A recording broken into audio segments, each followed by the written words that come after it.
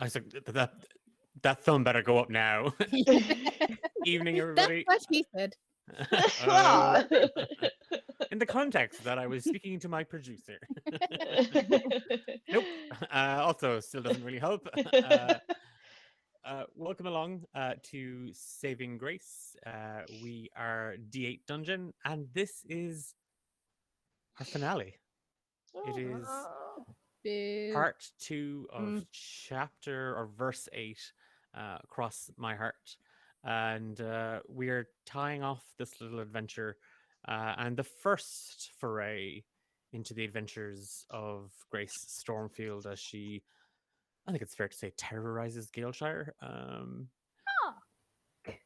I mean, That's fair. Yeah, that's I, fair. like, Wow. if the haunted shoes fit Grace, Listen, I am trying my best right and now. that's Just all we trying my best. um, as I said, you are tuning into D8 Dungeon. This is your first time here. Welcome along. If you're in chat, say hello. It kind of it keeps us sane. It keeps us Keeps going. us young. Unless it keeps us young. Keeps us young. Unless you're Eludia, in which case you are banned from chat. Do not speak unless not spoken speak. to. Yes, which you can't because you were in the void. Um, if you missed out on part 1, all of our VODs are available over on our YouTube channel. Over on our YouTube, I sound like someone's grandmother, but they are all available over on YouTube.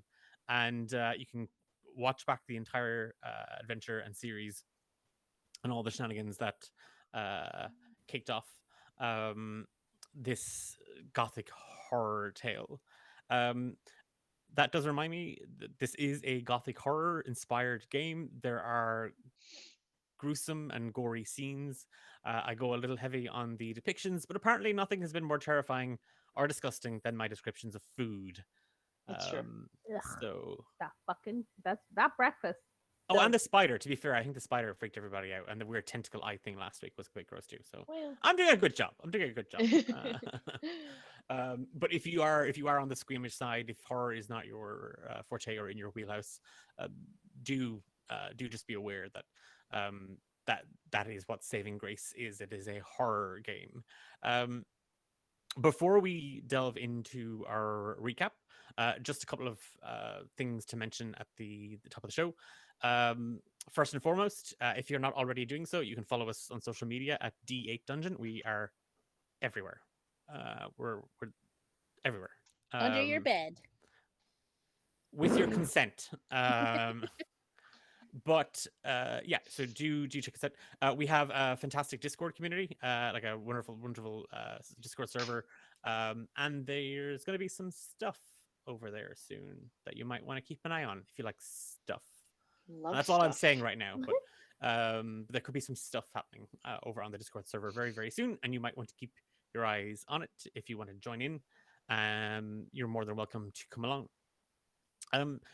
Next, I think we have to mention the Rook and the Raven. If you are a fan of TTRPGs, and why wouldn't you be? You're here watching this. If you are a player or a DM, doesn't make a difference. The Rook and the Raven make some fantastic customizable notebooks and planners for your games, your characters, that you can really put your own personal mark on throughout the process. And if you use the code D8 Dungeon at the checkout, you get 15% off your order, and we get a portion of those sales. So if you're in the mood, and also come here, we're heading. It's kind of like back to school time.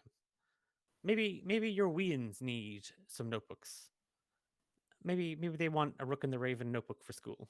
Yeah. Maybe you want to start them off on the D&D trip a little early.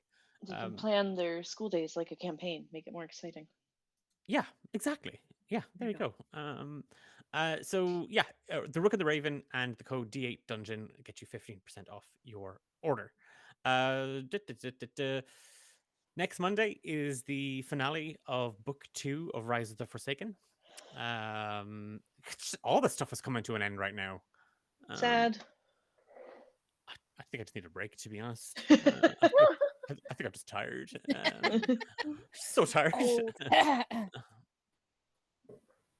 I literally hold your characters' lives in my hands. I will not take sass without. Uh, What um, without but retribution? every second Monday, we have a stream called Rise of the Forsaken, and I mean, again, it's the finale of book 2. But if you'd like to join us, we'd love to see you there. On Saturday, I think we've got some map making going on. I don't know if I'm doing it or if it's James that's doing it, but one of us is going to be making a map. I am currently trying to make a map and not enjoying it, so I might have to ask James to do it because I find it very, very frustrating. Much like making like The Sims, don't enjoy it unless it's 100% perfect and exactly what my brain envisions. It's going in the bin. But we'll persevere nevertheless. So one of us will be making a map, and I just really hope it's James. And I think that's everything. Oh yes, there is one other thing. Just to mention that normally we would be joined by a fourth player in Saving Grace. And I just wanted to take a very, very quick second to Banner. ban Tread Softly from the Discord Yes. and the Twitch chat. No, just to very just take a quick second to thank Tread Softly, or Fiona as we all know her, or Eludia as viewers might know her, or also Crazy Psycho Lady, Loony Loony. which works for all of them. But just to say a special thank you for your time as Eludia Cinderell. Your departure in the last episode was chef's kiss. We all commented on it very, very briefly that the pre-game chat was very quiet and a lot more civilized. Nobody said civilized. I was thinking civilized. I actually got some notes finished. Wow. But yeah, that is just to say hi and howdy. Howdy. But shall we I'm afraid. see where all this goes? Same. Yeah. I'm Let's nervous. go. When we finished in the last episode, Suarez, you had barely managed to survive the undead Grey Queen's escape from the Chokehold Cavern. Six and Grace, you had a heated reunion on top of the hills overlooking the Roost, the blood and oil vultures company, and the fate of Eludia Cinderell was revealed. Rip. Ah! But a tense and fragile alliance was formed between the pair of you. Six, purely for the purposes of ticking or checking off the names that Reagan, or rather that Eludia had given you, the first being Reagan, and then, and only when you were ready, Grace. A pact or promise formed that you would both refrain from killing the other. The pair of you returned to the camp, finding it abandoned isn't the right word. Changed and empty of conscious life, as the miners and guards seem to have fallen under the parasitic enthrall of the undead Grey Queen that sits atop the cliffs looking down below. There isn't a soul unaffected by her fungal reach. The pair of you have taken refuge or shelter or hiding space next to the cabins. The evening is still somewhat away. We are in the throes of early afternoon, and the snow that had fallen all night seems to have stopped. The clouds are brighter and lighter, and for the first time in weeks, you can actually see the high sun overhead. It is still deathly cold. And that's where we start. Awesome. How much strength do I have at the moment? Emotional or physical? uh, Either way, it's zero. emotional, I know it's in the negative right now, but in terms of physical, because I was still banjaxed, wasn't I? No, you took the potion that pretty much. Yeah, Yeah. that Yeah, you undid pretty much all had a that. long Oh rest. yeah, the screaming women. Yes. Mm. Yeah. That Yeah, thing. the dead, The brides. the dead brides. Yes, Yeah. yes, I remember. Lovely, lovely. Great for the insomnia. So, I'm just going to look at 6 and say, if we manage to take the queen down, the rest might just lose the fungus might not work anymore, because there's no way we can take all of these down as well as her. So we have to be really strategic about how we're going to attack this. Okay. What's the plan here? We need to get her. And as she's at the top of the cliff and everybody else is below her, right? Give me a perception check. Mm-hmm. You can do the same as well, 6 if you wish.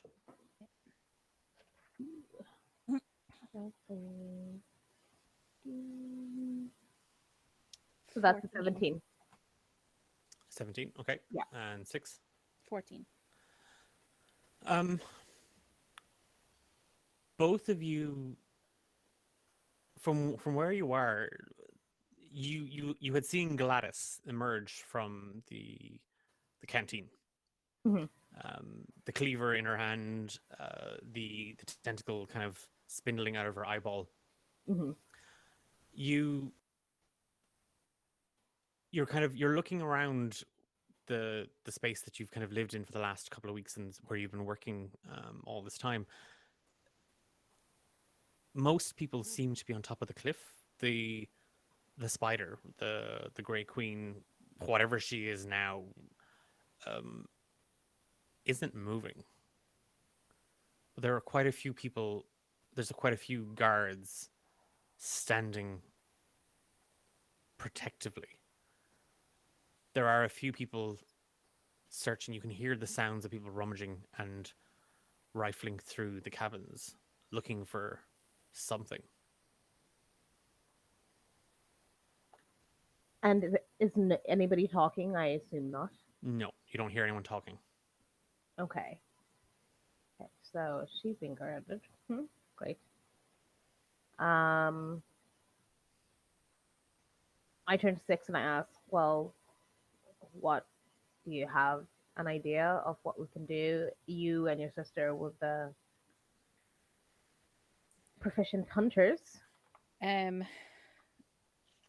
She is going to kind of pat herself down, pull out the dagger, and just be like, I have this, and then pull out her mace and say, I have this, and then wiggle her nails and be like, and I have these. Okay. Suarez, your ears are ringing, your vision is blurred and doubled, and you just feel the pain kind of coursing through your body. And as much as you try to push it down, meditate to just block it out, it's like it's like hearing someone scream at you from behind glass. You're aware it's there. It is a constant, and occasionally it gets loud enough to be heard clearly. So you haven't got a full handle on it, but you're alive. Somehow you are alive in the cave. And what brought you to your senses was the sound of shuffling around you. Could you just leave me alone? No. Mood. Hey, I moved away from the two of you. I'll come back in a second if you don't stop. Kill them. Kill them. Yeah, no, I'll just have a bit of a look around and see. I guess, is there anyone left who had survived the queen bursting through, or You kind of like just looking around, just letting yourself kind of regain kind of composure and letting everything kind of settle. The sound of shuffling isn't survivors. There are people in here dragging bodies out of the mouth of the cave and towards a large, rotted grey and twisted creature. And then you remember the eyes and the Grey Queen. okay, so it's snack time. So the things dragging bodies out, do they look like people, or are they like bleh? It's people you recognize. It's miners and guards. But are they themselves? Yeah, they appear Okay. human. Yeah, they Okay. appear as they are. Yeah. Okay. Can I tell if I've been like spotted, noticed, somebody coming for me? Not as of right now. Okay.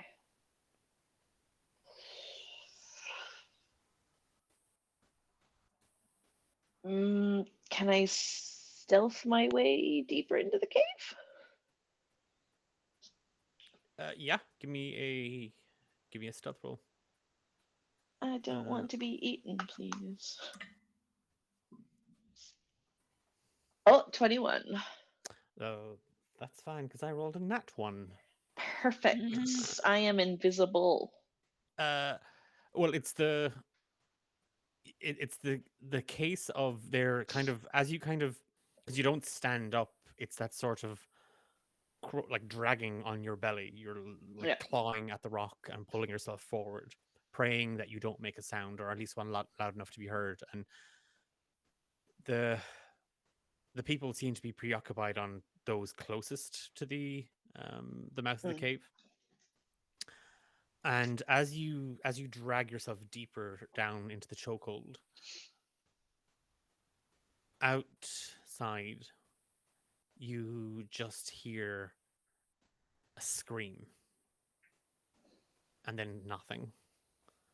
And there's the faint smell of blood.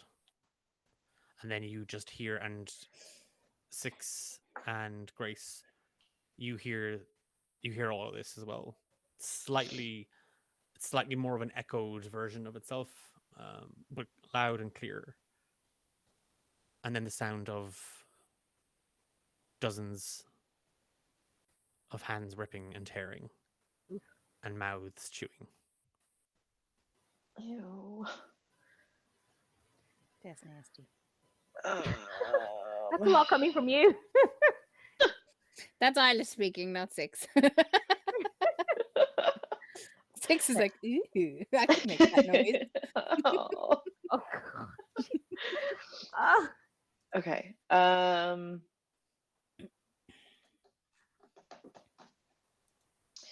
If I look down the cave, like they're in the cave, like they're milling about in and out. They're at the mouth of the cave pulling out the 14, effectively, the ones that were affected. Okay.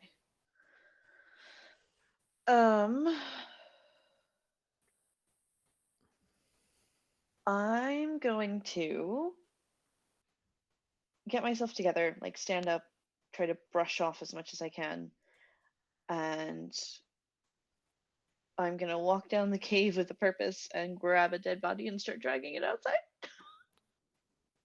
Oh my god, traitor. Love it. Well, look, they're dead. It's too late.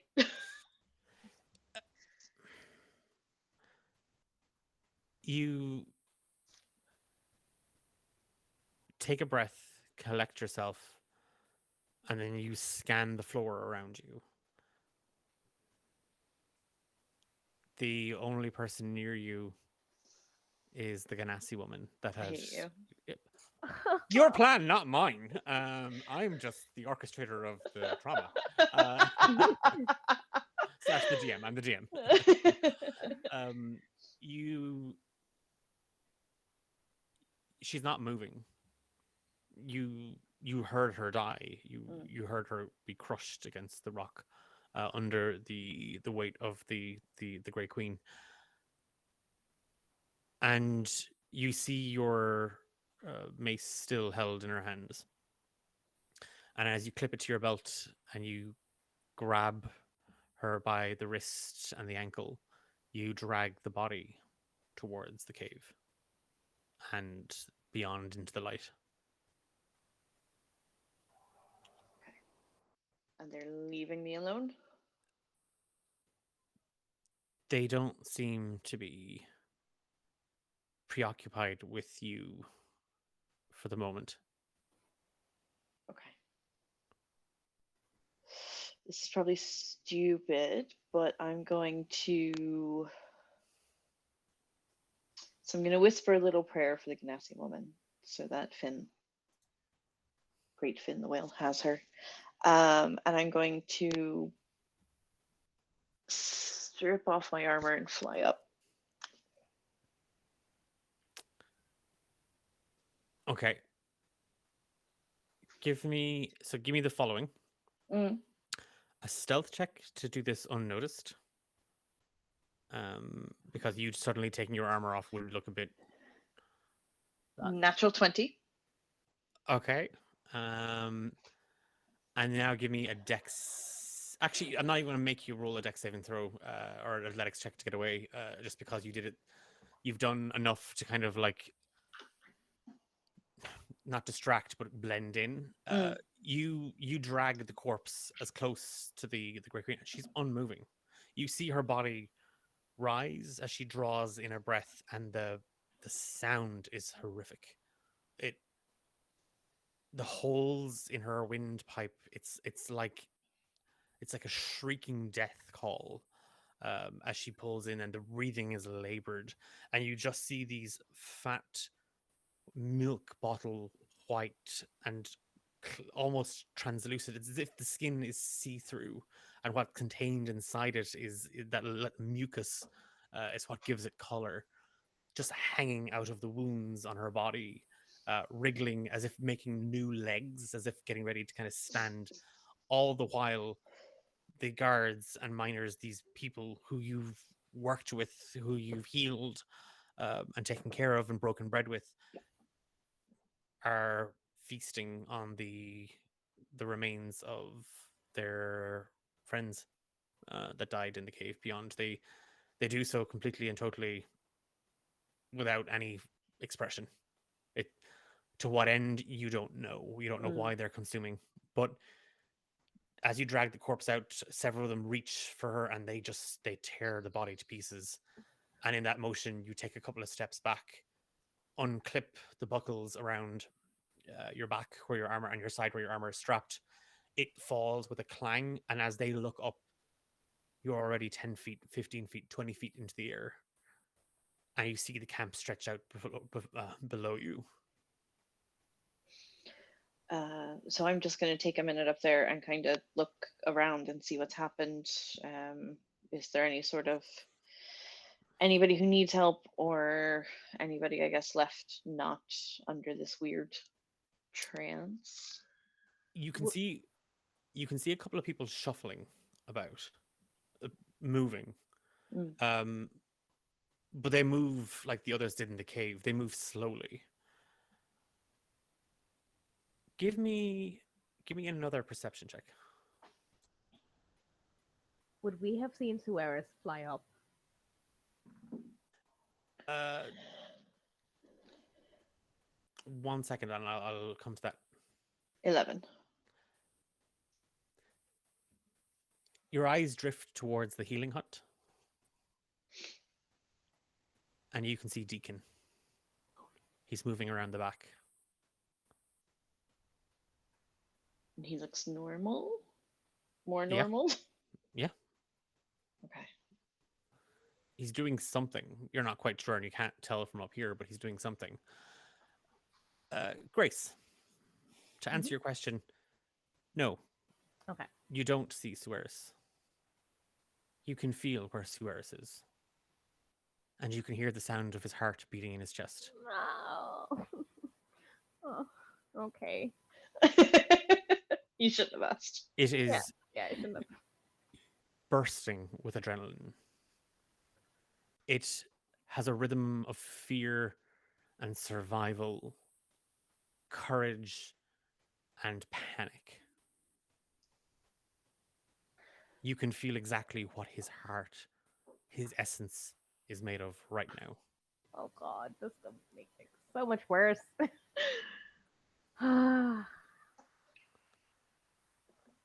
Okay, so I can feel Suarez's.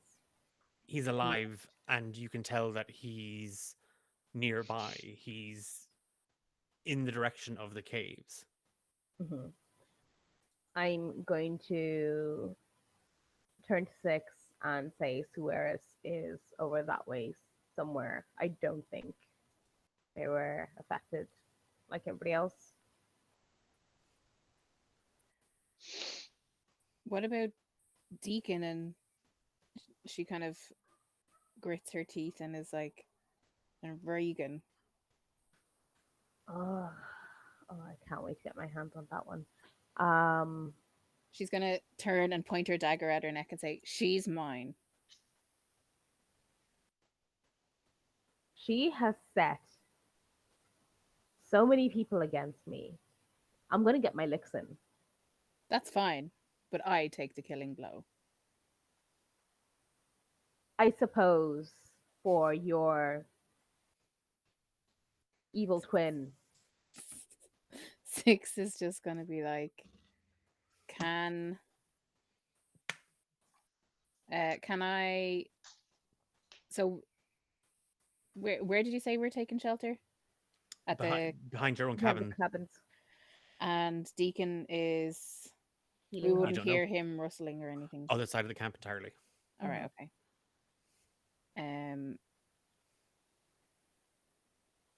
Maybe if we try and get closer to where Suarez is, they might be able to find us. Can I tell if Suarez is like high up or No, it's is just it the like a general vicinity? direction. Yeah. Okay, cool. Yeah, maybe if we can sneak to where closer to where Suarez is, we might be able to get their attention somehow. I don't know. It's like, we could really use having them on our side right now. He's still alive? Well, yeah, I can feel him. She kind of cocks an eyebrow at that. Yeah, I can feel him and feel And what he's feeling. I'm the weird one. Okay. Yes, you are still a weird one, and your sister was even weirder. So She's gonna turn around and hiss at her. and I'm just gonna go.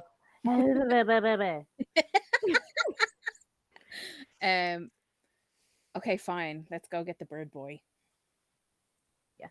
Okay. At least we can agree on a few things. And I'm gonna start skulking around, trying to be stealthy. There's my favorite words. No! Stealth roll, please. Both Well, of now, you. you fool. What were you gonna do? Did you just want to start doing cartwheels I to was the gonna- camp? Like, I was gonna creep. That's not the same as being stealthy. That's performance. I got a 16 anyway. Okay. I got an 18. The two of you keep low and continue or attempt to make your way towards the caves or in that general direction. slinking down along the back of the cabins, keeping the hill to your left and the cabins just to your right. You maneuver until you come to the final one, and both of you see it at the same time. You can see the path up towards the caves. That's not what catches your attention. There is a barrel of open blasting jelly Huh. right here. You can smell it. You can see it. Why would they leave this here? They must have used it at some point. Oh, I saw them use it. Right? Declan? You ask. Oh yeah, sorry. I was like, I don't know why you ask race. I can tell you.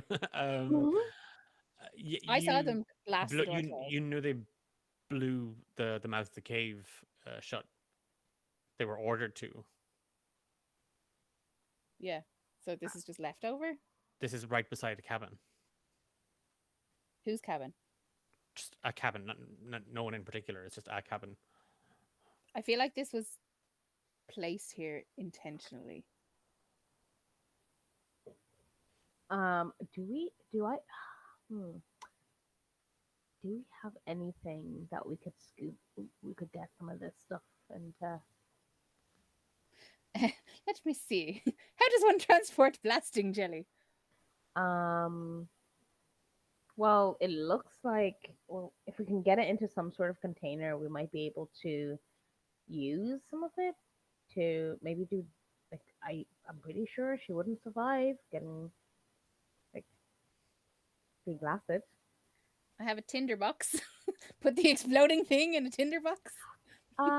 Maybe not. Water Don't- skin, a mess kit. Yes, I have a water skin as well. That might be one of the best options we have. Would we know whether handling this is safe? Sorry, would I know?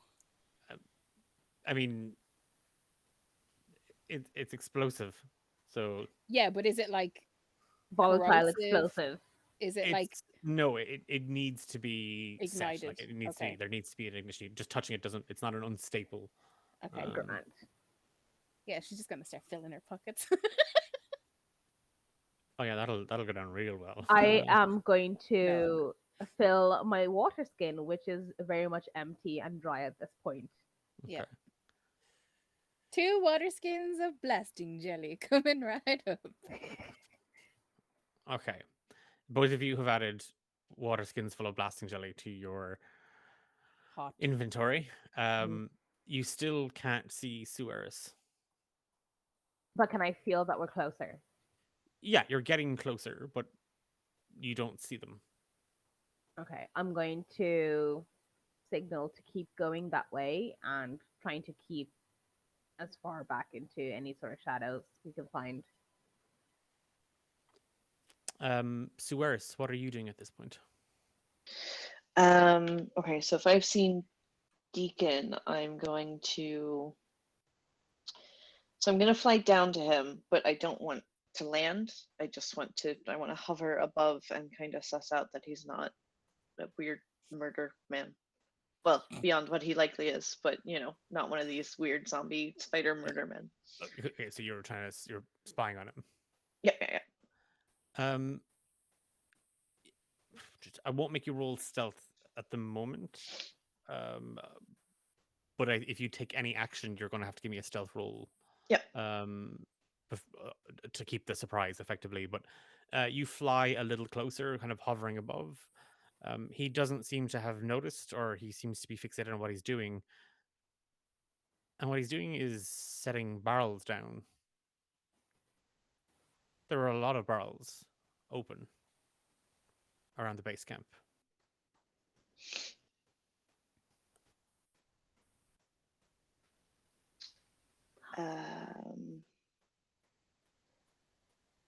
I'm going to keep my height, but I'm going to call out to him. Fine. to fix you.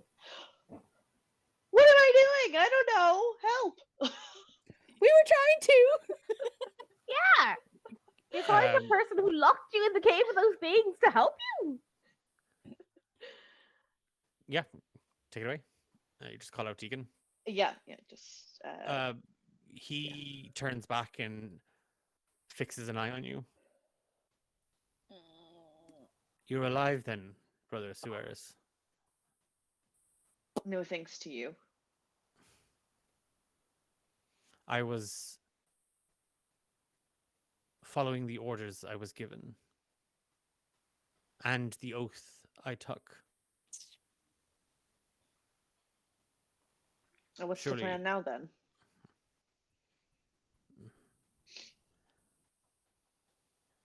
The plan is to leave. Where's Reagan? She is not your concern, Suarez. She helped wake this feast. That's pretty concerning. And she has gotten all that she has required. Reagan is not your concern, Brother Suarez. And you see two large spectral rings just open up along his back and Wow. flick straight out. Sky fight. Yeah.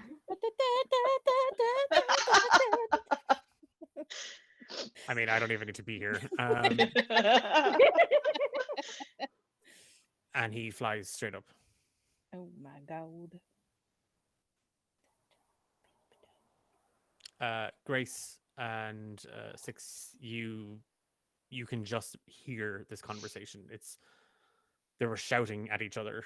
Oh. You heard Mhm. Deacon and Suarez, and as you look out across the courtyard towards the healer's hut, you see Suarez hovering midair and Deacon launch himself at him. Roll for initiative, please. All of us? Nope, just the two of us right now, because y'all are about 85 feet away. And that's Hmm. 14 plus. See, that's 16 for me. 13. Okay. He's Gonna heal me because he's such a good guy. And he's so sexy. okay. He is going to give me a wisdom saving throw, please. And you are looking to beat a 16. That's cool because I got a natural 1+1. Rough. Oh, you are going down. Literally. As he flies towards you, Suarez, you immediately you flip, turning your body midair and the wing going with you, and you turn to fly as fast away from him as possible. And as you feel your wings, just the muscles tighten, it's almost as if they turn to ice as his hand lunges forward and he casts Hold Person. And your whole body goes stiff. And you begin to plummet. I'm going to give you, you're going to have to use your reaction if you want to, you're going to have to give your action over to getting out of this. Yeah. Again, you're making a DC 16 roll to break it. Otherwise, you're going to hit the ground. No. 6. Okay. Yes. Take 10 bludgeoning damage. Rough. Okay. Well, Mm. I'm down. Grace and Six, you see Suarez turn, flip, lunge forward into the air, and as he does, his whole body goes stiff, and you watch as the priest falls like a stone from the sky and hits the ground below with a crack that just echoes, and several of the guards and miners that were lumbering around maneuver towards the Ara Corcoran man. Oh no. Deacon hovers, still hovering midair. There's a scoff. Can we see him and like hear him? Yeah, yep. Like one of the first things I said when they started their altercation. we can hear Yeah, them. but like Yeah. he hasn't like fucked off or anything. No. He's probably gonna stay to watch. Oh. Nope. He actually turns and flies away, which I was going to say. He flies back towards the work he was doing. He flies back towards the healer's hut. Six is gonna follow his path, and Again, you're gonna have to cross the court. You're gonna have to get across from where you are, the 80 feet Yeah. to the healer hut. so she'll pass Sueris, Okay. right? Yeah. How far away are the creepy things? Again, you're probably going to meet them before you meet Sueris. Okay. Well, They're not running at him. They're shuffling towards him.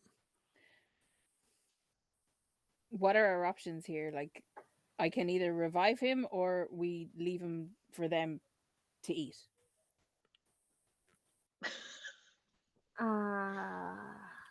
You can feel his heart, Grace.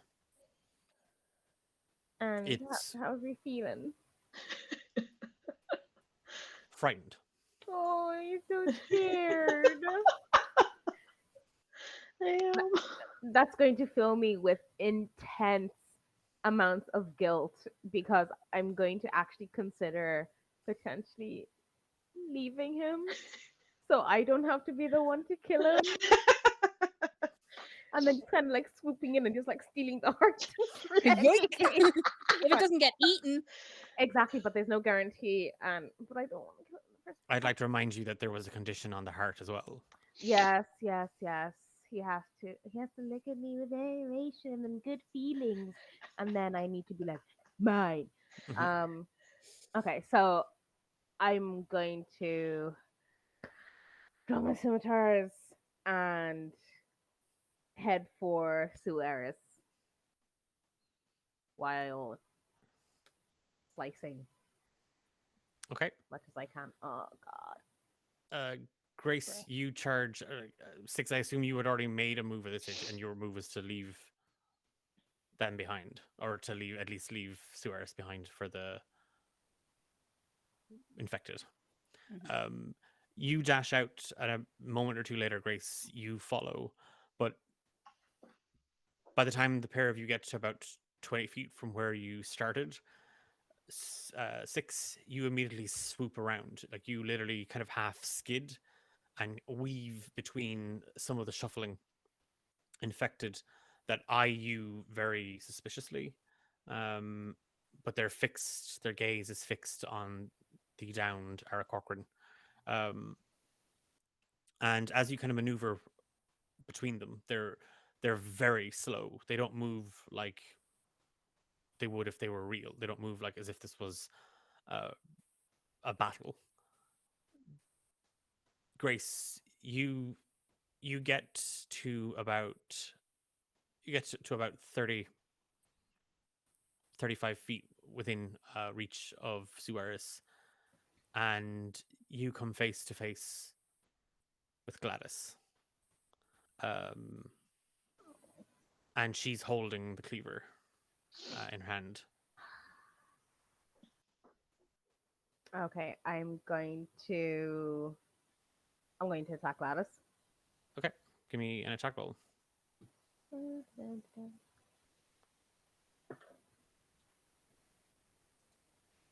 That is a 17. Yeah, that hits. Damage, please. Yep.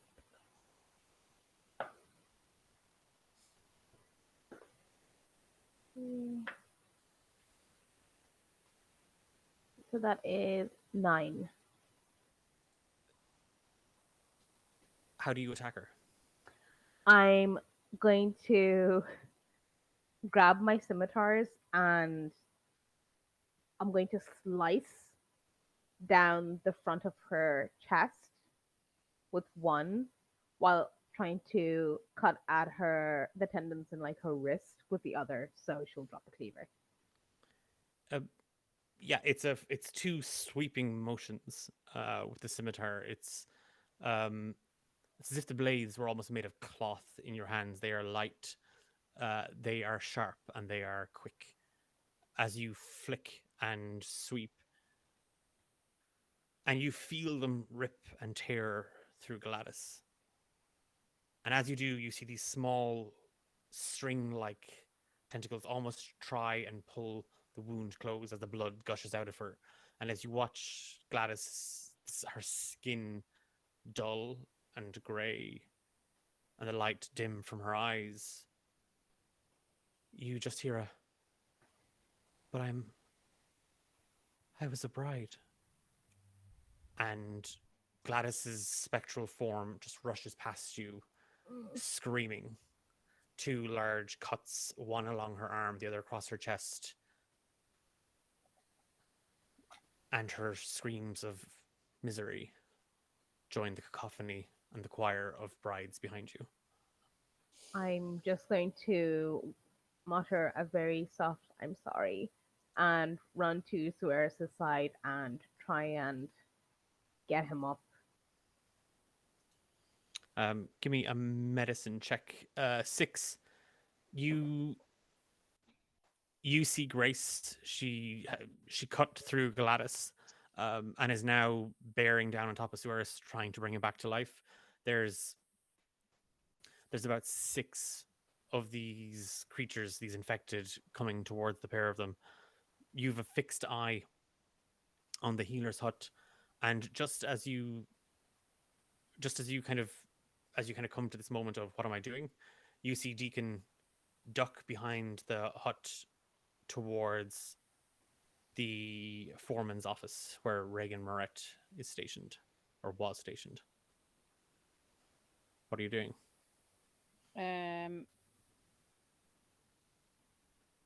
Do I have to pass Sueris anyway to go to the Well, foreman's you office? you'd have to spend a turn to get to Sueris now, Okay. because you had said you were leaving him, so you kind of went Veered- around. Yeah, yeah. you've gone around him as opposed a beeline like Grace did.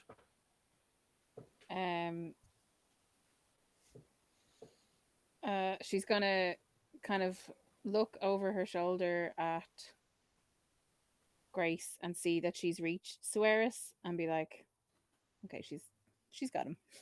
And then take off in the direction she saw Deacon going. Okay, so you're going for the foreman's office. Perfect. Okay, Grace, did you get on your medicine check? That was a 7. She don't got him.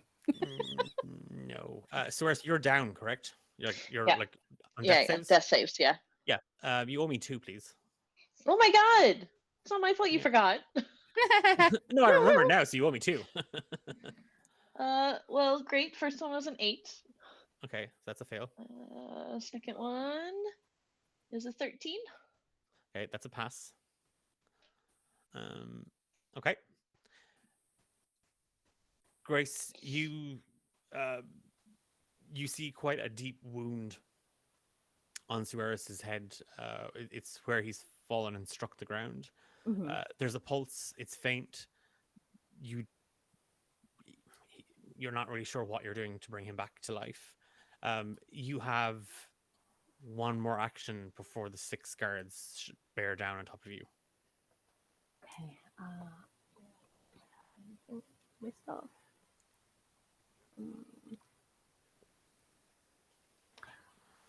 God. Can I ruffle through Sueris' belongings to see if there's anything that's healing related? Like a potion or anything in the pocket? Loot the body. Loot the body. I mean, that's what I'm hearing, but Sueris, is there anything in your inventory? Like, is there anything? I gave my health potion to Eludia back in the cave. Choices. Oh boy. Oh, You know, rough. when this hits, and it's going to hit in about 10 seconds, You know Fiona is going to be cackling in chat. There There it is. I just had a look at the old screen there. So yeah, that just hit there. So cue Fiona's Yeah. cackling in 3, 2, 1. Oh, she's probably. LOL. Thanks, baby. It's no use to Lydia. She's dead. So Yeah. okay. Oh fuck.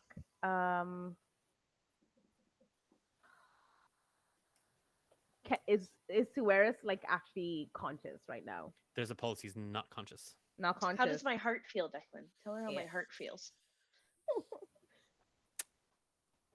I'll come back to that in a second. Oh god. I'll let you think about it, T, because Well, I also need to know how the heart is feeling because of reasons.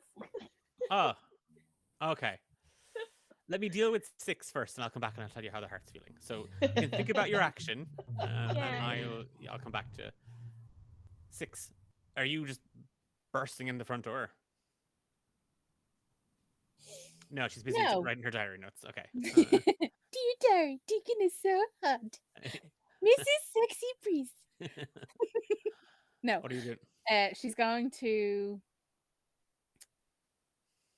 kind of realize that she's running straight into it, which is what Eludia kind of gave out to her for, and kind of pace herself, knowing that the last time she crept up to this office, she heard something she wasn't supposed to, and maybe this time she will hear more that she wasn't supposed to.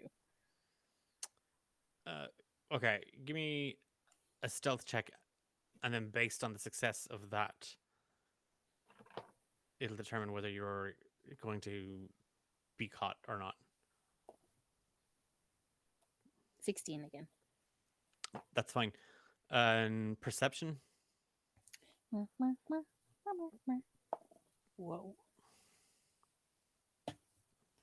12. You can hear rummaging and rustling coming from inside, and then you hear Reagan, short and snappy. It's done then. You've set the charges, all of them. And you just hear kind of a muffled grunt from Deacon. We don't have time. We can just assume that Grace killed 6 as well. It doesn't matter. We'd have used her for a little time, Deacon, and she'd have served her purpose. That's all. Let's go. And you can hear that rummaging and rustling kind of continue inside. She's gonna kick the door in. Jeez. Just for dramatic effect. Okay, give me an Okay. unarmed strike against the door. Angry. I'm joking. I'm literally joking. Oh, Like, I want to kick the door in. you can still kick the door in. I just wasn't going to make you roll for it. What if she failed? I know. Imagine That was Breaks an ankle. that was the joke. Okay, that was the joke. 6, you kick the door with the flat of your boot, and it breaks off a hinge. And standing inside, you see Reagan and Deacon heading out a back door. Leaving without me. And Reagan kind of turns to face you. So glad you've made it back, 6. Are you? Actually?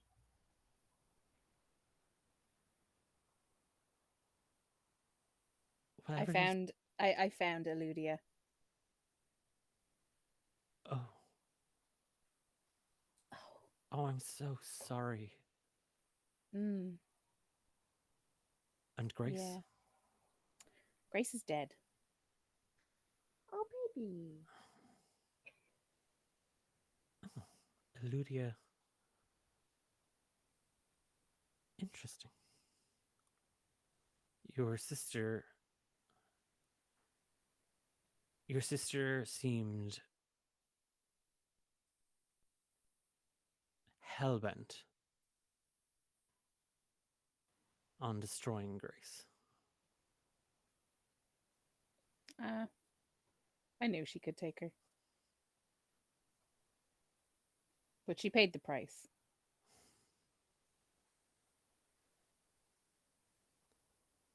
How was Grace killed? I don't know. I found the two of them in a pool of blood. And you didn't inspect the bodies. Why would I do that? I saw all I needed to see. That's a little. And she moves into the room. Out of character for you, Six. Forgive me, I was a little traumatized seeing my sister dead. Of course. And now that she is dead, Well, I thought we'd be on our merry way. But you didn't.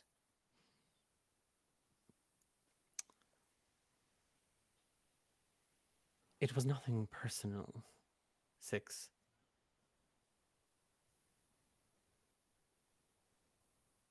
You are still welcome to join us. This is what you do, isn't it? You just use people up and spit them out. How have you Yes. got Deacon to follow you for so long? Can Six see Deacon? Yeah, he's standing. He's still in halfway, kind of in the doorway. I thought you were smarter than that.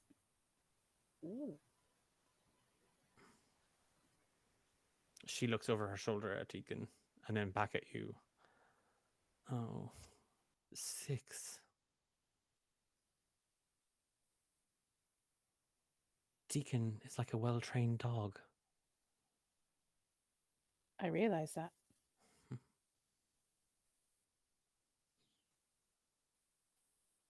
So,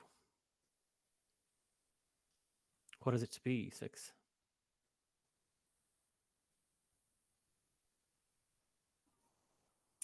Where's next? Excellent.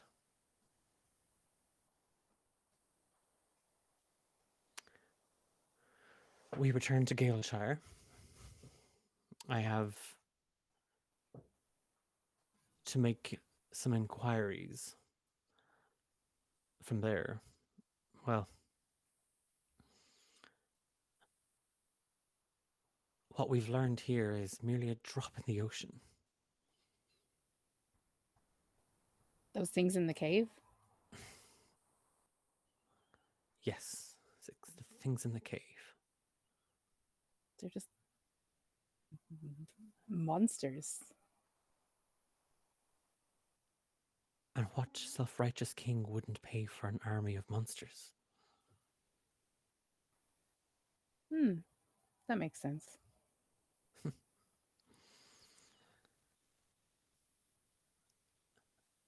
Come.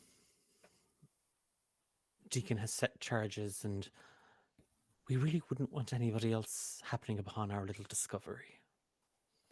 It'll take the caves, that abomination on the cliffs, and the poor souls of the Blood and Oil Vulture Company along with it. Well, I'm sure the board will compensate the widows and the orphans left behind. That's nice of them. And she gestures for you to follow out. She's going to look back over her shoulder.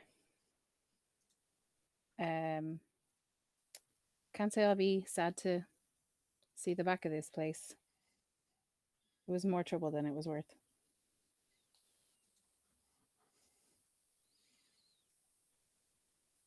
Then leave it behind. I intend to. And she's gonna walk out the door, kind of meeting Deacon's eyes and then shaking her head kind of in disgust and walking out. He doesn't even react. He doesn't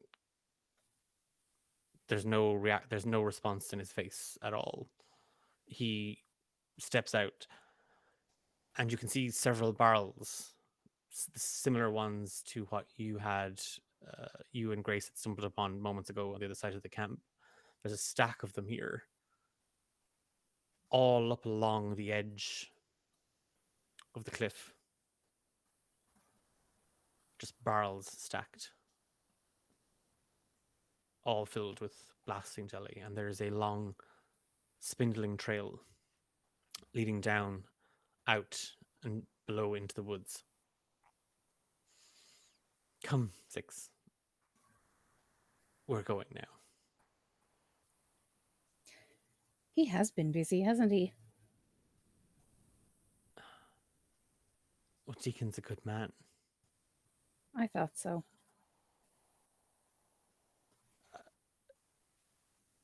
Reagan kind of just looks at you and points below. Her hands light up,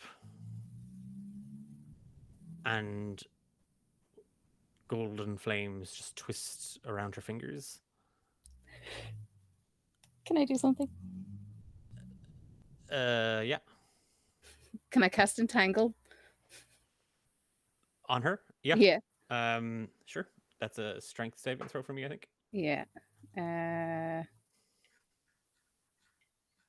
Creature in the area when you cast the spell must succeed on a strength saving throw of 11. Okay, well, she's a -1 to her strength roll. She rolled 11. Meet it, Minus- beat it. -1. Yes.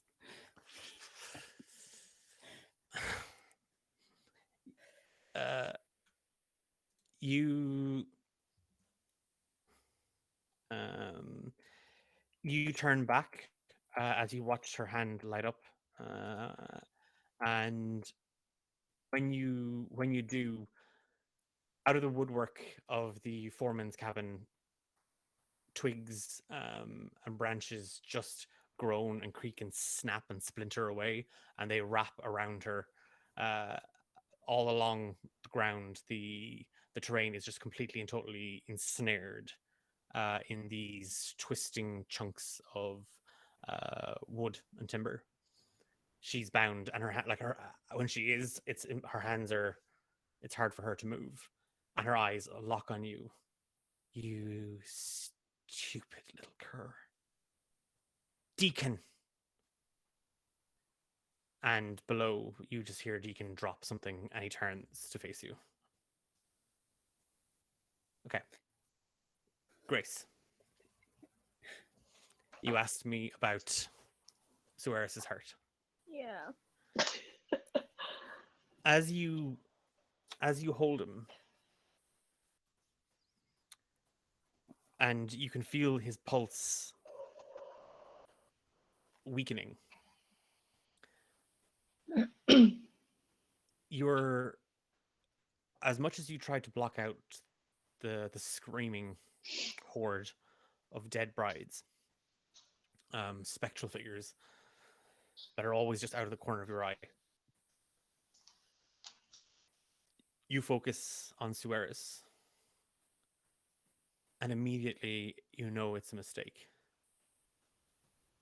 Because when you concentrate on him, you are utterly drowned by a wave of his emotions. It is a connection that drags you down. And though you can see the soldiers bearing down on top of you, these guards, these shuffling creatures, you see Suarez as a young boy.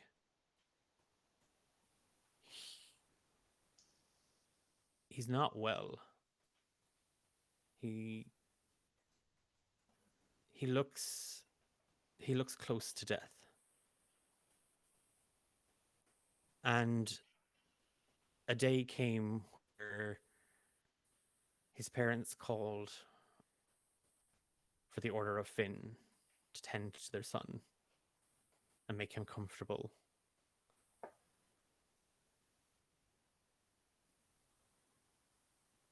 Except he didn't pass. He grew a little bit stronger each day.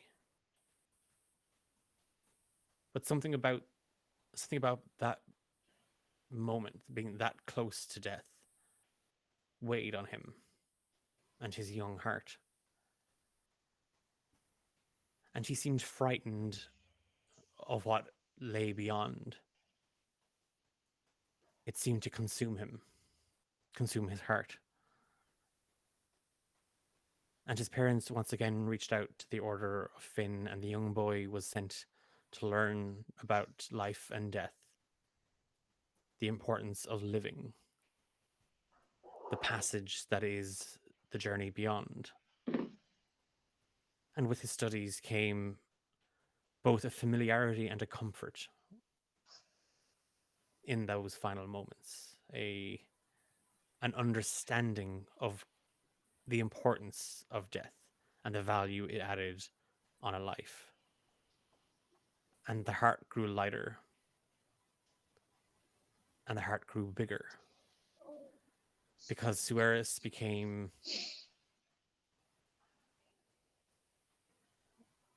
involved and consumed with teaching others the value in death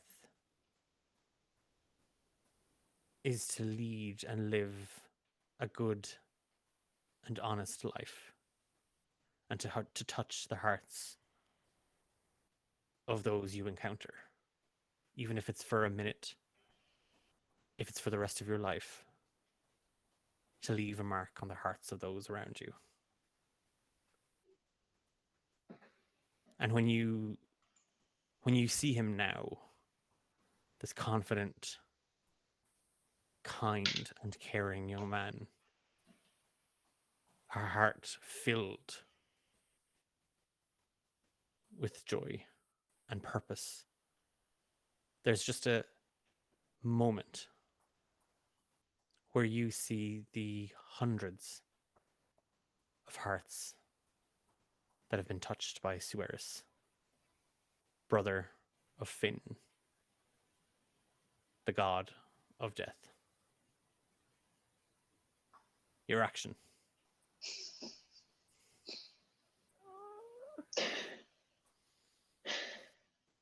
I'm going to end up like I'm just gonna stop breathing because I'm so overwhelmed by all of these feelings just coming off to Eris, that even though they've gone through such traumatic shit, that they still just want to do good in the world. And it's going to that's going to just start rotting me from the inside. Like, it's going to start eating me alive, and my throat is going to start choking up. And I didn't get a whole lot of time with them, but that's all they cared to ever do. And even to help the people who were infected, they put their life on the line. And can I how far away are the others to me? They'll be down on you in. They're about 5 feet away at this stage. And so Eris is unconscious, and there's nothing at all that I can do. Okay, so I'm going to send a very quick blessing to Finn on Sueris' behalf, because at this point I'm going to panic. I'm going to be like, well, either they're going to get us, and there's no way I'll probably be able to fight all of those myself. So I'm just going to send that, and I'm just going to take out a weapon. I don't want to do this at all. Do it. Do Make a it. death saving throw, please. Amber, I love you. R.I.P. Swears. Thanks. So I'm going to use my scimitar as I lean in. Like, Grace, yes. give me a roll of a D100. Oh. I got a 9. Okay, that's another fail.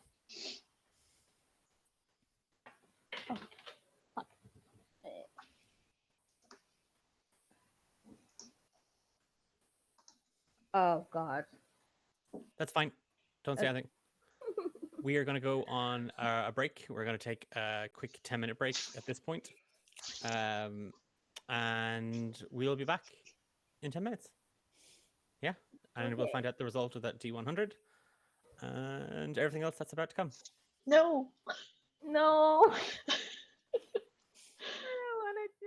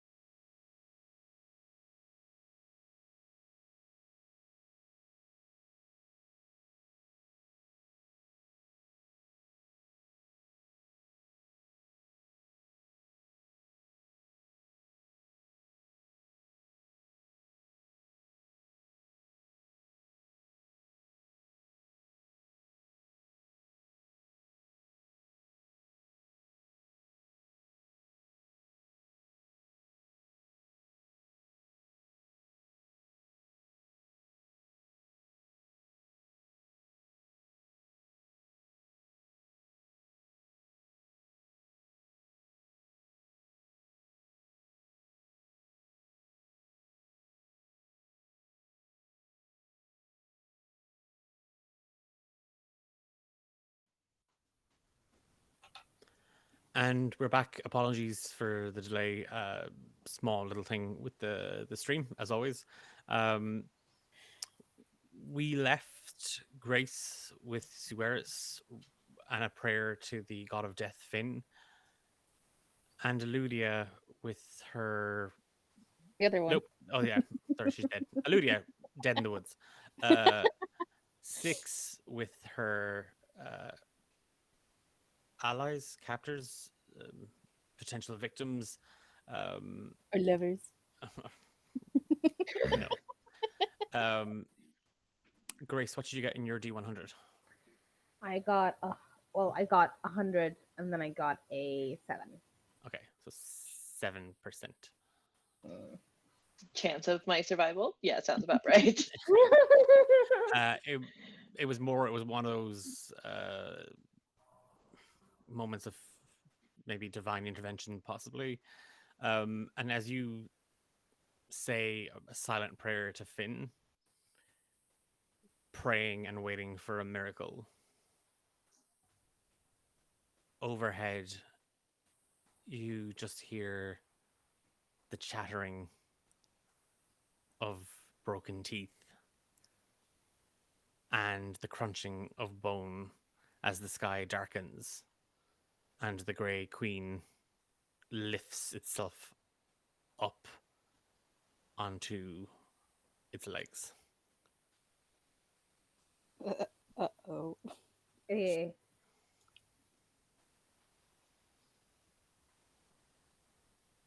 Um, have they stopped lumbering? Or are they still?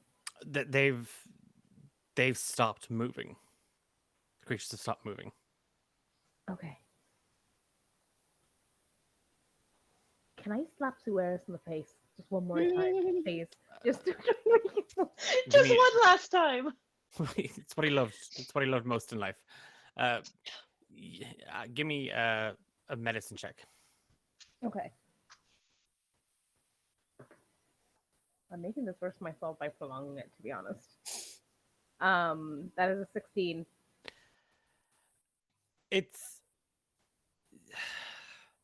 you're not sure what it is, Grace. You tap him. You start tapping Sueris on the face. The pulse was still there. There was life still there, and as the tap becomes a full hard slap, you just see Sueris's eyes blink open very weakly.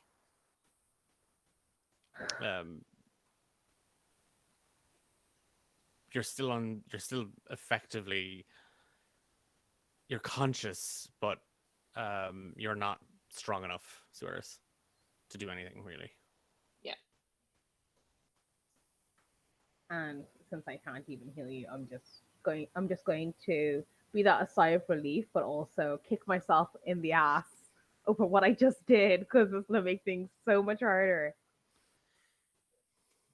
And I'm just going to say, I'm really, really sorry, Sueris. I never wanted you to get hurt.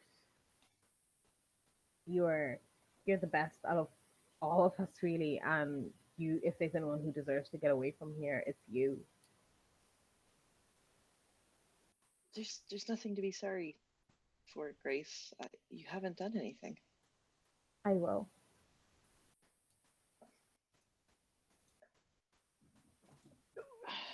Look, we all make mistakes. I'm not judging what you've done or what you have to do going forward. Thank you. I really appreciate you saying that. And with that, I'm going to lift up my scimitar. And just before I press down, I'm going to freeze and say, I need to do this. Grace. Why? What? She wants your heart, and there's nothing I can do to stop her. I asked, I offered her, I was willing to fight Eludia and Six and Reagan, anybody but you. But she wants you for some twisted, messed up reason. And the worst part is, I know why she wants you. You are goodness. You are hope. You are decency, humanity. You're all the good things that come with being alive. And she wants that. She feeds off that. She leeches the joy out of your life bit by bit until she just consumes you whole. There's nothing I can do to stop her. She's stronger than me, stronger than everybody here. Grace, will doing this spare you, help you? It Yes. it it it will. It's as terrible as it is to say, it will, and Take his heart, Grace.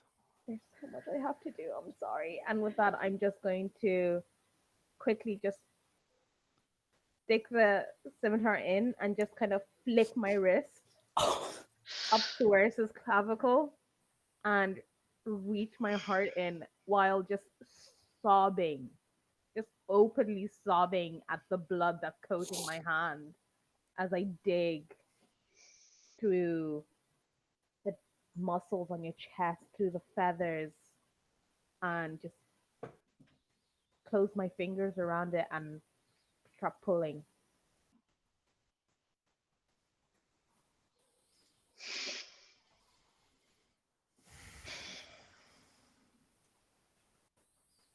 And I'm just going to rip it out.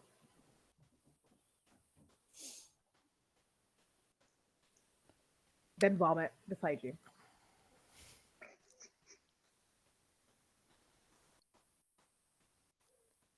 Well done, Grace. I'm going to bite back what I wanted to say. I'm just going to hold it up to be like, where do I put it? I don't care. What do you what do you what do you mean you don't care?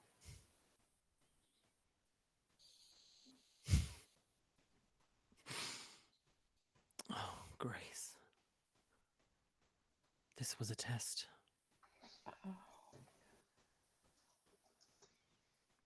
You are mine.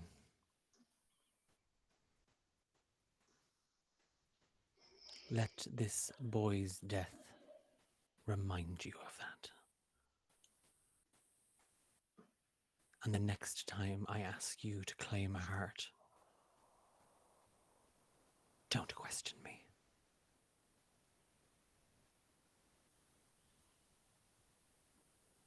I'm going to hold Suarez's heart to my own while positively just shivering with a cold rage because I'm still disgusted that I let myself get into something like this. And it's not it's not just evil people that will die, it's whoever she wants. And the thought of that sickens me to my core. I feel like I've just been dragged through the worst swamp you could ever imagine. Grace. My Grace. You seem so upset. Because I am. Because you killed him. Because I did what you asked me to. He lived a good life. He will have a good afterlife, I hope. I'm sure that lie comforts you.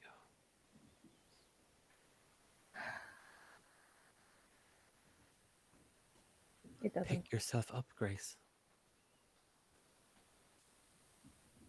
You have unfinished business. Grace is going to nimbly rock back onto the balls of their feet, standing up. I'm going to keep Suaris' heart, put it in one of my pockets. And also, I'm going to pluck a feather. I'm sorry. I mean, that's what you're sorry about, but sure, okay. Well, I Yeah, feel just feel my sorry quirks. Who cares? already. It's fine.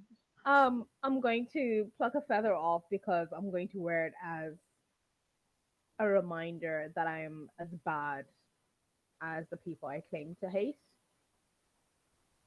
And I'm going to fix my eyes towards where Six disappeared and just book it.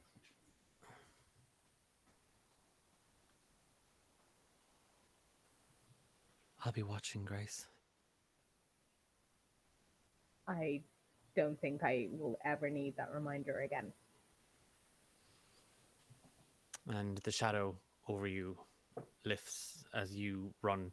The Grey Queen fumbling down the carved rock path from the caves.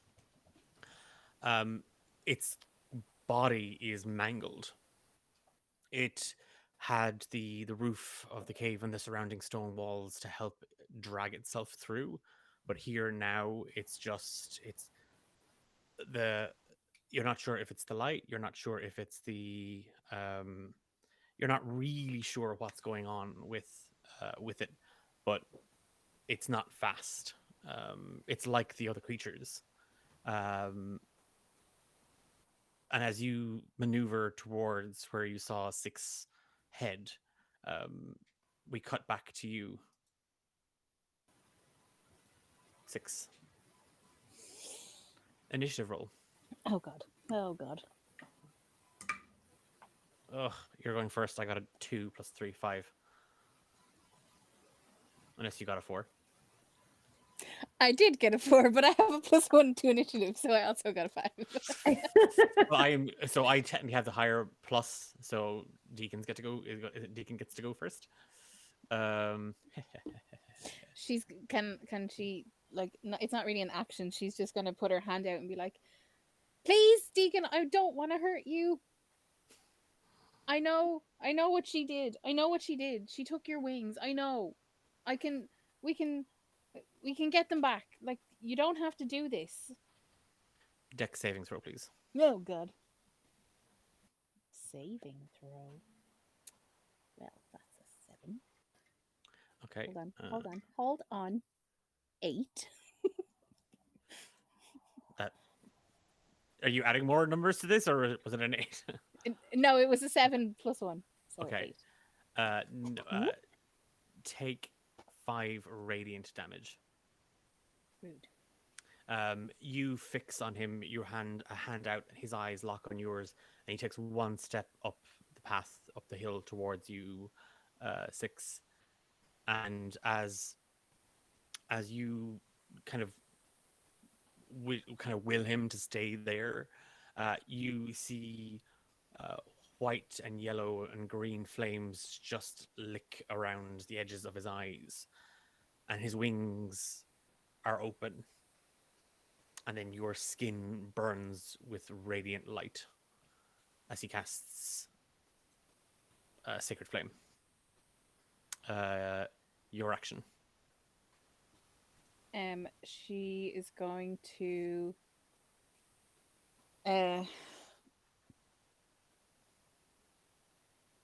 take Eludia's dagger and kind of stand beside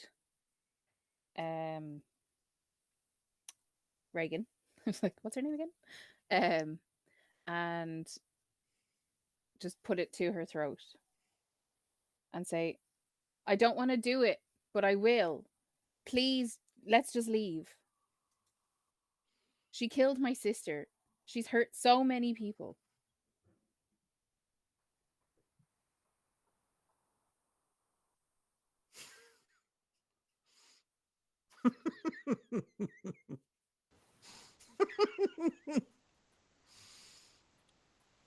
that all?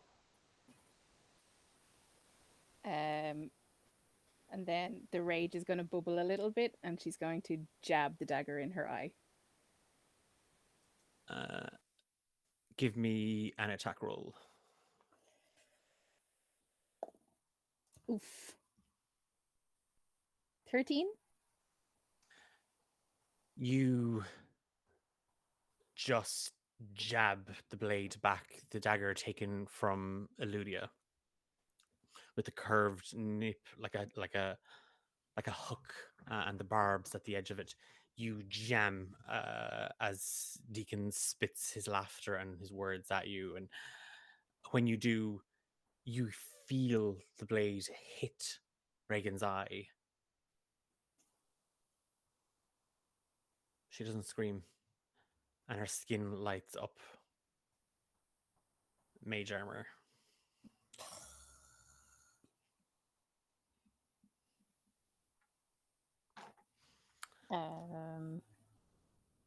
Yeah, that's all I got. Give me a wisdom saving throw.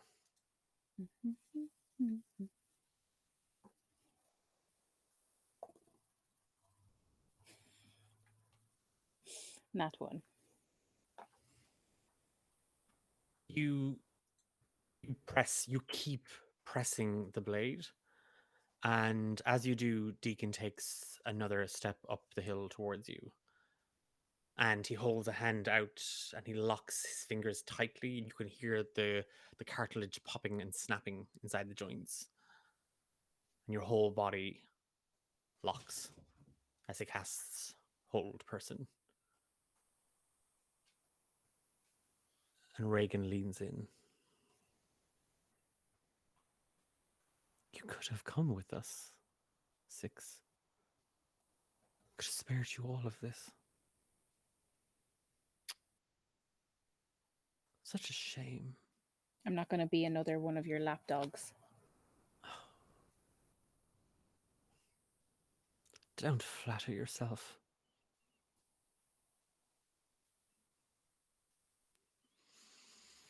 And she wriggles for a moment, trying to kind of loosen the entangling. And as she does, you see around the tips of her fingers, flame erupts and it begins to burn. And then the entangling spell is burnt away as she casts Dispel Magic.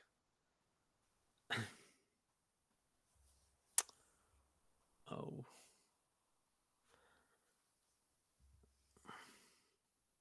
Six. Look at me. And she reaches a hand out towards your left hand, Am I still holding the blade. constricted? She's still held person. Yeah. She reaches.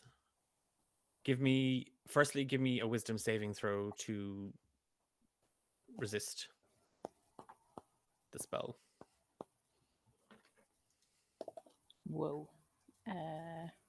13. No, you are still held. As she reaches down along your hand, you can feel the glove, the leather, kind of brush against you. And she reaches for the blade. And she pulls against your grip. Give me a strength saving throw with disadvantage, please. Okay. Well, that's an at 1. So. Okay. She goes to pull the blade free. It doesn't come. So she breaks the fingers in your hand. Six and the is just blade. going to scream. Grace, as you race across the courtyard, you hear Six scream in agony. And Deacon steps closer. She didn't take my wings. I gave them to her. You're a fool. And Reagan stabs you in the eye. Knew it was coming. Um, she pulls, and the pain is a burning. And for everybody, in chat, in case, mute. And if anybody here wants to X out of this at any point, I don't like eyeball stuff. I won't be going into specific detail, but do mute if you don't like eye stuff. Just as a warning, because we did get a raid, and also don't want to upset the raid people either.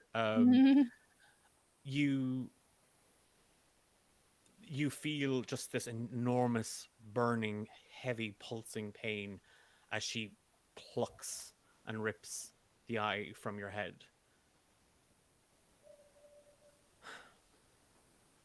Goodbye, Six. And Reagan turns. A hand held up, and Grace, you burst into the door of the foreman's hut, and you see Six held there, paralyzed almost. And as you run towards her, you just see her whole body light up as light and shadow is cast across her, and a flame just darts right past her head. And as you reach the other side of the door, you see a flaming barrel on your left-hand side. Six right in front of you.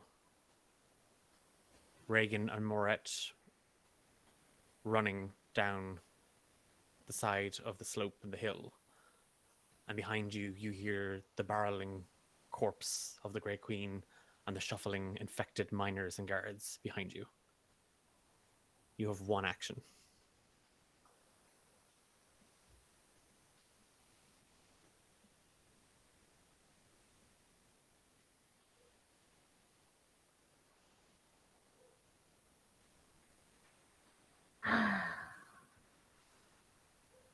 Ooh. One action. Oh, 6. Don't let them get away. I don't want them to leave. I know, so- I know you won't. I know you wouldn't want them to survive. So, would I be passing by 6 if I was running? You would run right into her, yeah. I'm going to be like, Grace, we had a deal.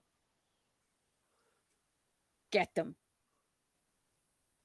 For you, I will, and I'm going to run after them. You. Oh, this is like one of those. Sorry, this is just gonna break the moment. This is like one of those, choose your own adventure books where it's like, depending on what you do, turn to this page. I am so excited you picked this. Oh no! Oh, come on! You rush out, and you lock eyes with Six in that moment, and there is that understanding of, above all else, Six desires vengeance, and that is about to escape. And you turn on your heel as quickly as you can, the blood from Sueris' body still staining your hands, your blade still gripped firmly. You turn, and as you make it to the edge of the camp and the slope below that leads down into the woods, about halfway down, you see Reagan, Moret, and Deacon, and they stop and turn to face you.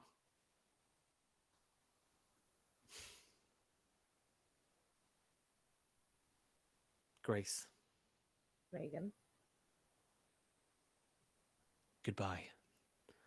And she steps Oh no! backwards as she casts Dimension Door, and herself and Deacon disappear into it. And behind you, there is an explosion as barrel after barrel of blasting jelly just erupts. The mountain shakes. You feel the earth beneath you trembling. The cataclysm that unfolds as the giant's fingers are rocked by the explosive charges left by Deacon. Atop the mountains, you see a tsunami of snow and ice and rock tumble and spill and roll and roar their way down the skin of the mountain. They drowned the caves. They spill over the edge, and a dense white powder blocks out the early evening sky. And as you catch and hold a breath, you brace yourself and you watch the snow swallow Six. You watch the snow bury the camp. You feel the ground shake in fear as it crumbles and the caves at the Blood and Oil Vultures mining company collapse in on themselves. And everything goes dark, Grace, as you tumble and roll, your body shaken side to side, smashed against ice and rock and stone and tree, snagging and tearing and beating. And your fingers try to find something, anything to hold on to, but it's going too fast. And that breath you held begins to burn and dwindle, and your head spins, and everything goes dark. Grace, wake up. No. There's a storm coming, Grace. Wake up. And you hear the voice of Thane Greyline.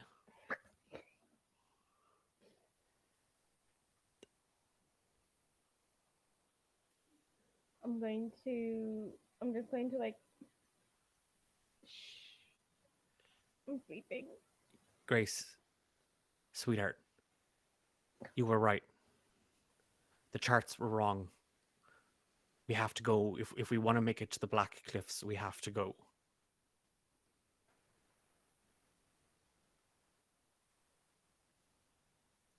Can I see Thane, or can I just hear him? When you open your eyes, Mm-hmm. you find yourself under the shelter of an outcropping of black stone. Small campfire dwindling, blown almost out of existence by the shrill, sharp, cold winds found in the Underdark.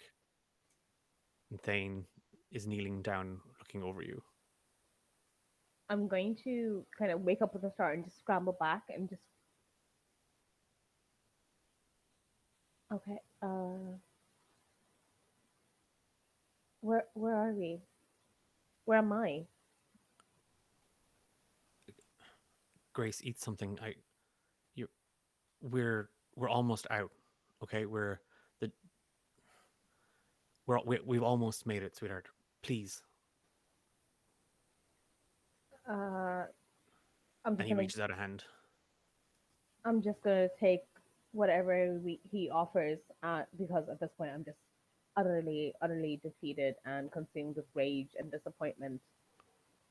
And I'm kind of hoping that this is like the end.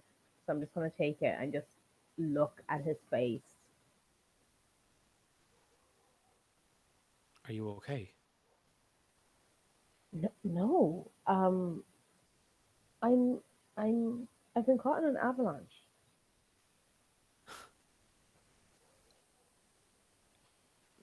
Grace, that was 3 days ago. You survived.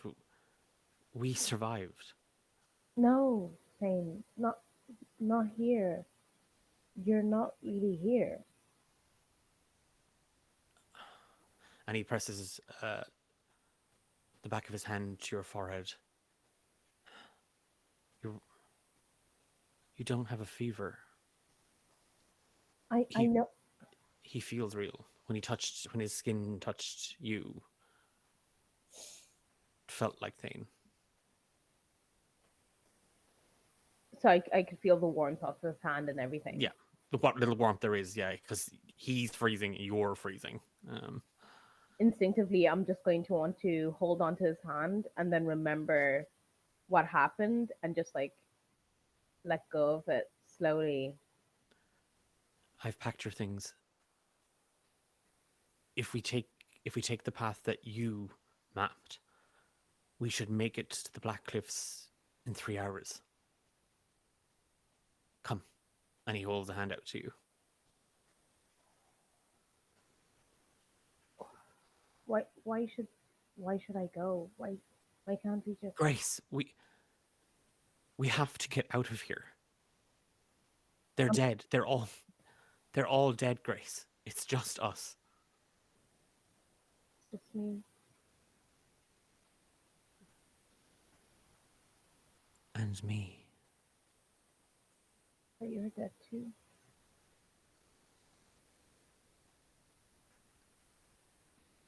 Everybody's gone.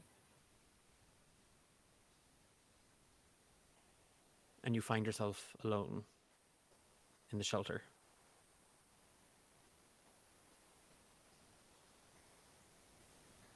Just the wind blasting and shrieking.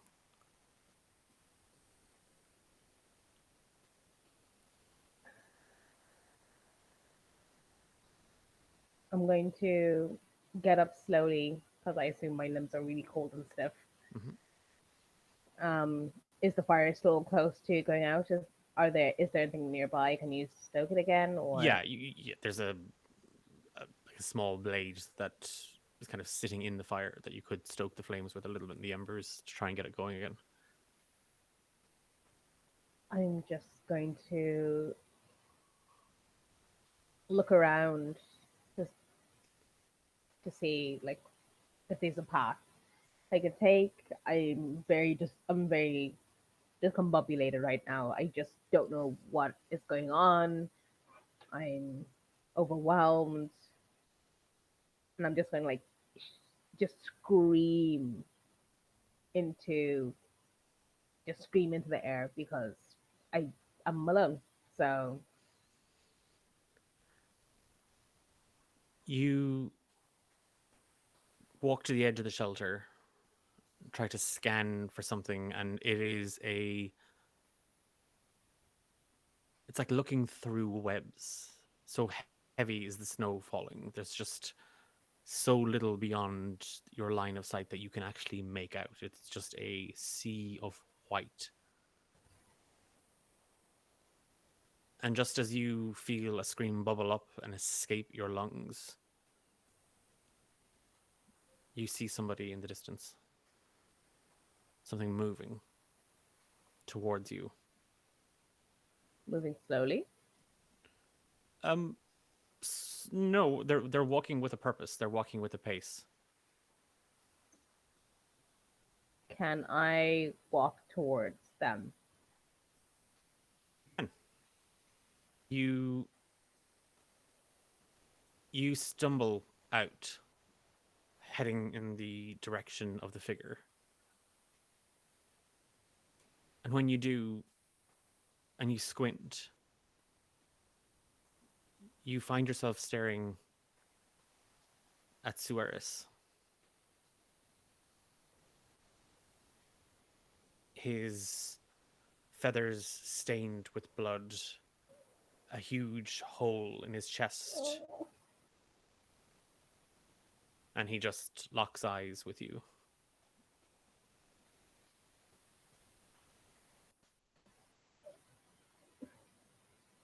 Grace.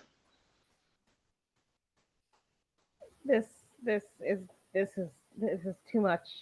This can't be happening. I did that to you. You're dead.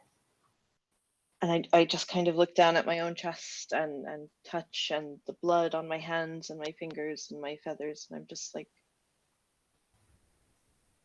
what did I do to you? Why? I only wanted to help, to protect, I wasn't done. You did nothing, Sueris. You did nothing wrong, and that was why the Grey Lady chose you. She wanted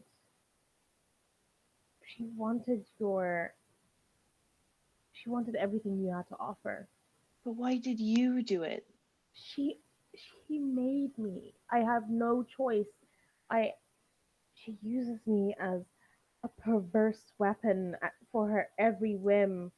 She uses anyone she gets in her nasty, pointed, cold, dead fingers. And once she has you, there's, I couldn't. I tried so hard. So as you will, I tried every single time. I tried to offer someone else. I of all the people to die, you were the one I hoped would make it out of here. But Grace, you're the one who took my life. You did this. I And you know. feel a hand on your shoulder, Grace. And something grabs and rips you, and your whole body fills with a breath. And you find yourself staring up at a dark, cloudy night sky, staring down over you. Six, a bandage over her eye.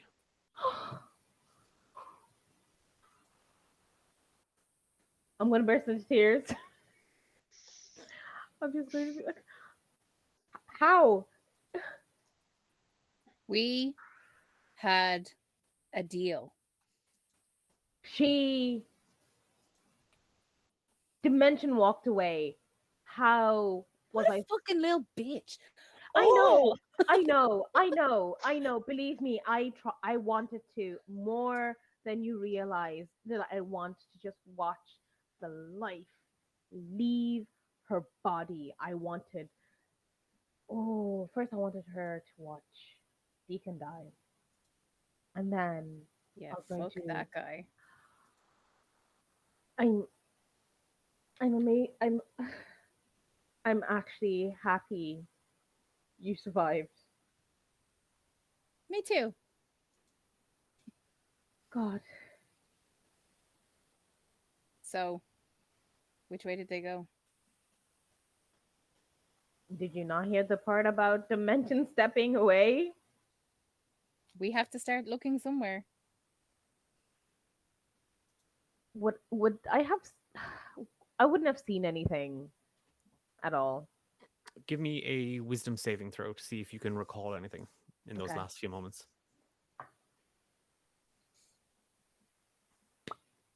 That is a 19.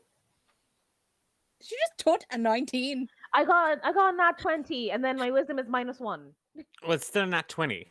Yeah. But I you watched her step back through this portal. Mhm. Um, and you saw the look on her face. But behind her and beyond her, there was an office. There was a room. It was well furnished. There was bookshelves, a tapestry. And you could see a window or a door that led out onto a balcony, and beyond it, you saw the fountain in Galeshire. Ooh. She's returned to the city. I'm going to try and like sort through my thoughts as I just say what I saw to Six and say we need to go to Gelshar. Oh, she's going to see the king to try and sell him those fucking fungi. What do you mean? It's a long story, and then she's gonna pat her pockets again and pull out the letter for Reagan from the Grey Lady. We have a delivery to make. Let's go to Galeshire.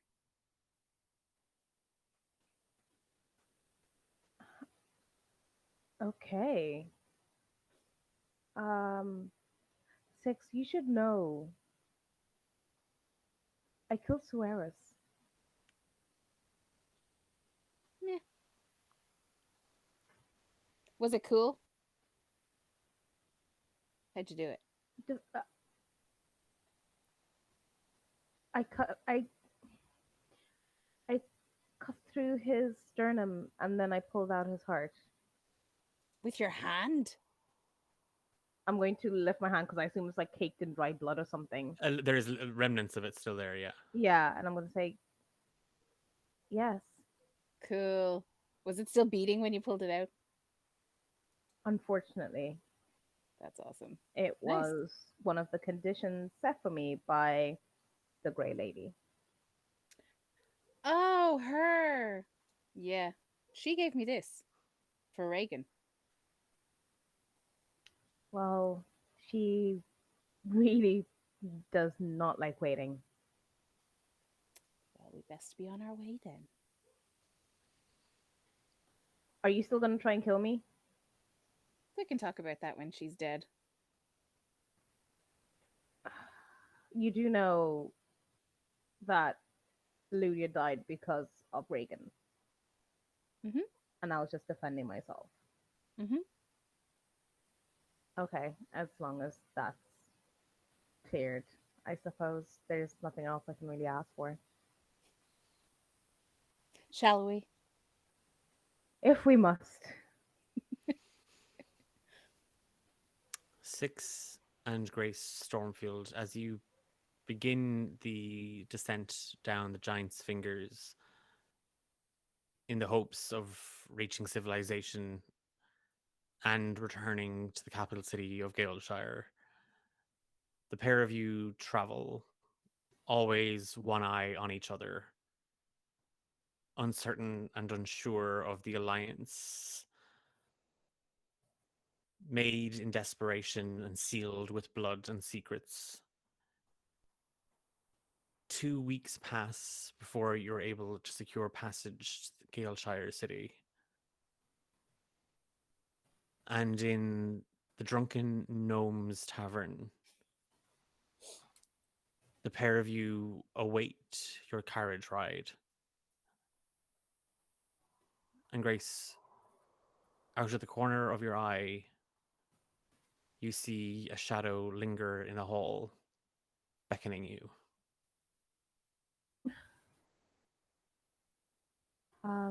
Excuse me, I have business to attend to. And I'm going to stand and go to the hallway. You make your way through the tavern and the crowd, and a few people kind of give you a look, but um, people are talking about the incident. People are talking about the avalanche that killed the miners and guards and collapsed the mountains, the huge losses faced by the Blood and Oil Vulture Company, and the fact that nobody survived.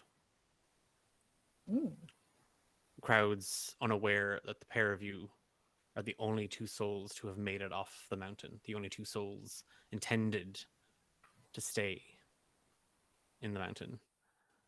And Grace, as you slip down the hallway, you watch as the shadow drifts further along until it disappears outside, out towards the stables.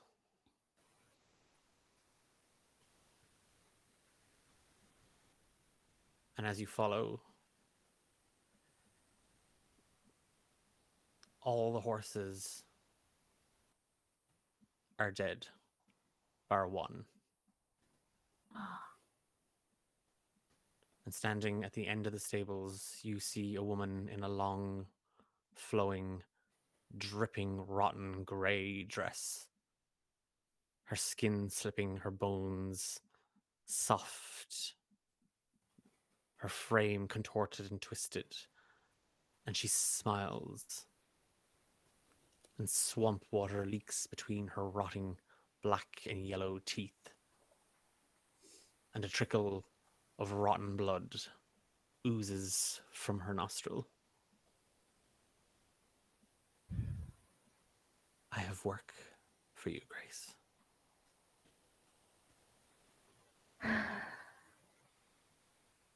As always, lady. I need a heart. Can it be Reagan's?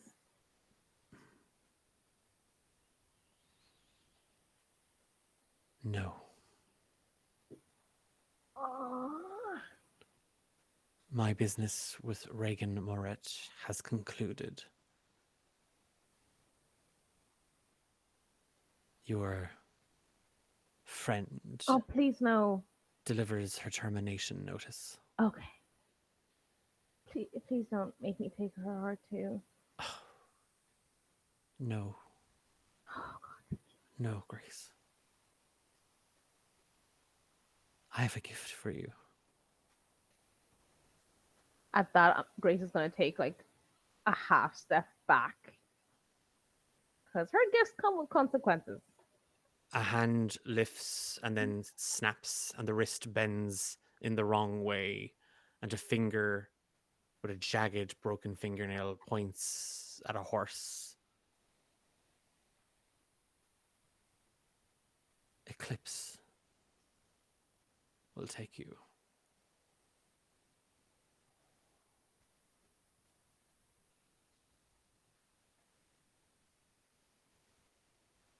But we're waiting to go to Galshire. You go, Grace Stormfield, where I tell you to go. Okay. Can I at least tell Six that I'm leaving? No. Ooh.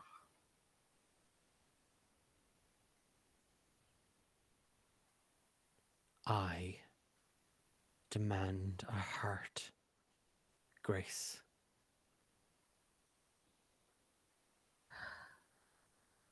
Grace is going to walk towards Clips. And could I quickly carve a message on the side of the stable? Gone to Get kill heart. again. She's watching. I'm about to get on the horse. Can I please? No. Oh, I'm gonna be so mad. I I'm gonna be so know. I literally like it's so cool the last 2 weeks. Are you gonna want to kill me all over again? She holds her hand again. It twists back, and as you climb atop Eclipse, the horse maneuvers out of the stable towards her, and it buries its head in the palm of her hand. And where you hold onto the horse's hair, it comes away in clumps.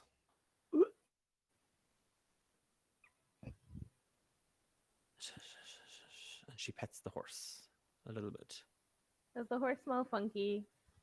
No. Okay, well, thank you at least. Thanks the Lord for the blessing. And she just she strokes the horse. And she looks straight up at you. Bring me Clodagh Meadowmoon's heart, Grace. And the horse just bolts out of the stables in the dead of night. And we leave Shadow on our heart, saving Grace. Our first mini adventure right there. Good day to you, sir. Oh, jeez. Sorry, you're going down. Not my babe. Worst.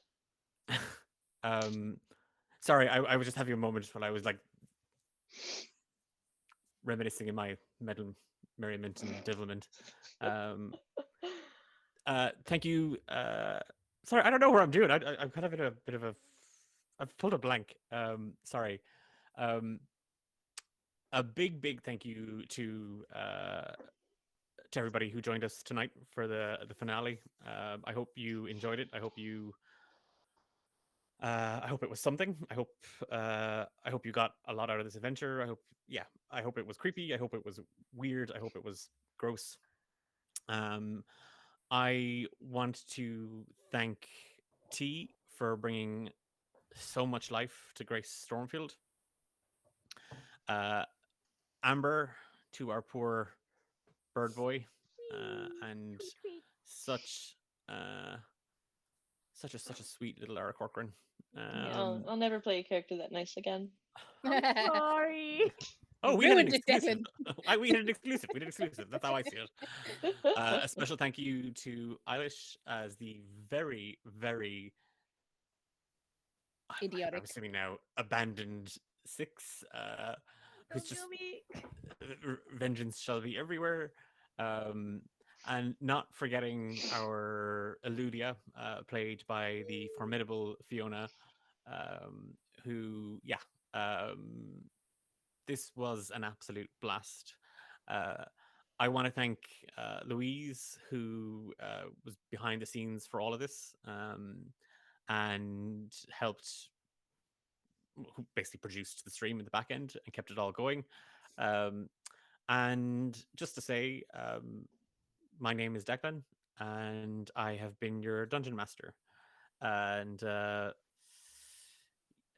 it was an absolute pleasure. I'm really looking forward to telling the next part of Grace's story, and what that means for what's coming in the world of Romancing the Dungeon. This is a Romancing the Dungeon adventure. It is part and parcel of the world that we tell every second Friday, and we have a brand new episode out tomorrow, part 2 of the Hen Night. If you missed part 1, go check it out. We had special guests from the Irish Pubcast as well as Arcavios Eternal, and it was a rampant affair through a hen party. So what if you took a hen party and you applied it to D&D and you let me run it? That's it's a really fun adventure. And part 2 is out tomorrow, so you have plenty of time to catch up on part 1 if you haven't caught it yet. Just to mention again very, very quickly that we have an affiliation link with the Rook and the Raven. If you need to pick up a campaign planner or a player notebook, if you keep detailed notes of your adventures or your forthcoming campaigns, then you want to get yourself a fully customizable notebook from the Rook and the Raven. And if you use the code D8Dungeon at the checkout, you'll get 15% off your order. Ireland, so customers in Ireland, the UK, and Europe, you'll get it pretty quickly. They also ship worldwide. And check us out on social media. D8 Dungeon. We are a group of Irish tabletop role-playing game enthusiasts. Just literally love telling stories, having a laugh, having a cry, being terrified, being ashamed, being traumatized, all the medley of emotions that come with storytelling, because that's ultimately what we want to do. We just want to tell stories, and we want to share them with you folks in chat, and you people who everyone who watches us on YouTube or listens to the podcasts. So yeah, I'm a little bit sad that we won't have a Saving Grace adventure for a little while, but we will be back. There will be more. And is there anything else I have to do? I've got total brain funk. I will very, very quickly mention, I said it at the very top of the show, but if you aren't on our Discord server and you're like, oh, this universe, this world seems a little bit quirky, it seems a little bit fun, it seems a little bit messy, I'd like to maybe check that out. Over the next couple of weeks, I am putting together some other mini adventures, self-contained stories in the world of Romancing the Dungeon. Not one shots per se, but short little tied together adventures. One based on a game we ran in the Discord server, a murder mystery horror survival game that we ran in the world of Romancing the Dungeon, all around the Magpie, the King of Thieves, in the city of Galeshire. So there's going to be a short standalone adventure coming for that.